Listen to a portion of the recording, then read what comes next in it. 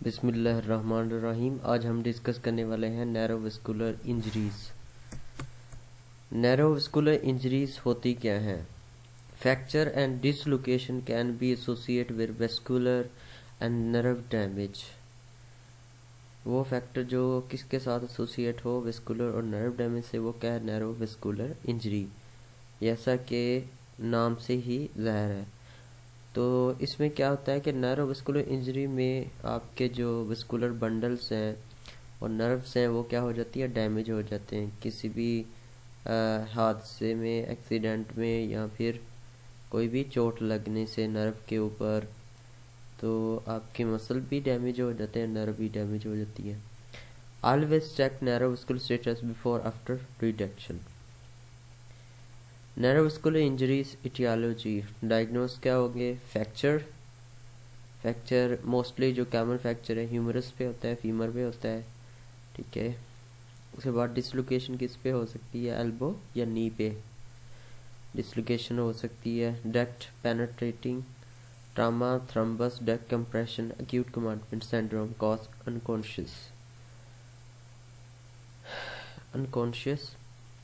नर्ववास्कुलर injury में आपने अगर कोई पेशेंट जिसका एक्सीडेंट हुआ है, शदीद हालत में आया है, तो उसके आपने फ्रैक्चर देखना है, ह्यूमरस चेक करनी है, फीमर्स, और डिसलोकेशन चेक करनी है, एल्बो नी पे तो नहीं होगी, और ट्रामा चेक करना है, ट्रामा तो नहीं है, थ्रम्बस चेक करना है, dead compression, acute compartment syndrome check करना है, कॉज अनकॉन्शियस ये चेक करना है। अच्छा, अगर जो है वेस्कुलर इंजरी होगी उसमें कौन कौन सी वेसल जो हैं वो डैमेज होंगी? फर्स्ट रिब फ्रैक्चर, अगर पहली पसली जो है वो फ्रैक्चर हो जाए तो कौन सी नर्व, सबक्लेवियन आर्टरी या वेन जो है ये फट जाएगी, इस पे इंजरी होगी, कंप्रेशन हो जाएगी। शोल्डर डिसलोकेट होगा तो एक्सिलरी आर्टरी जो है ये डैमेज होगी। इम्यूरल सबकॉन्डुलर फ्रैक्चर होगा, ब्रेकियल आर्टरी। एल्बो डिसलोकेशन होगी तो ब्रेकियल आर्टरी। पेल्विक फ्रैक्चर होगा तो presacral and the internal iliac. Femoral supracondylar fracture होगा तो फीमोरल आर्टरी। नी डिसलोकेशन होगी तो popliteal artery vein. Proximal tibial part अगर डैमेज होगा तो क्या होगा? Popliteal artery. और क्लिनिकल फीचर्स इसके क्या हैं? Paraesthesia, numbness, injured limb cold, cyanosed, pulse weak, absent, call for help.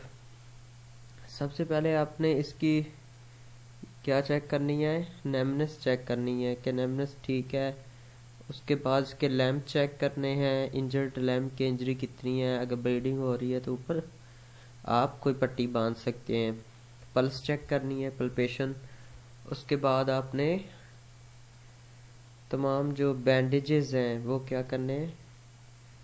वो खोल देने हैं और फ्रैक्चर को रिड्यूस कर देना है।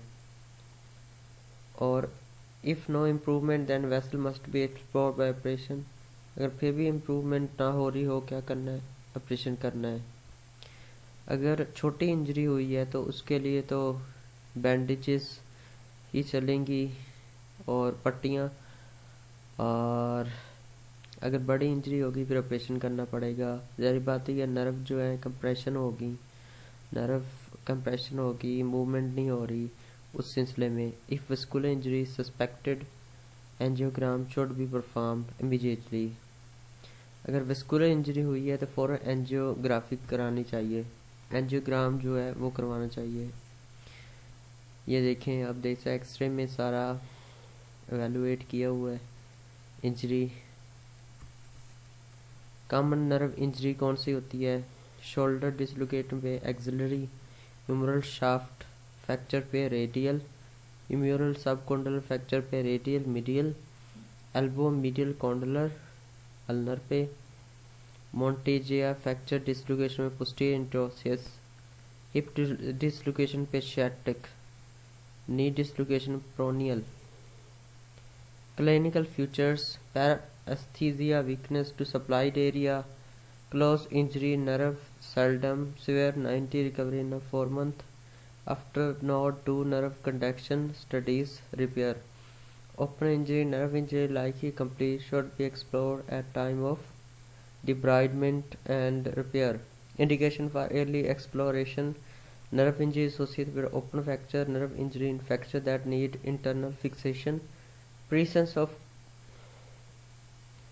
concomitant vascular injury, nerve damage diagnosed after manipulation of fracture. Thank you.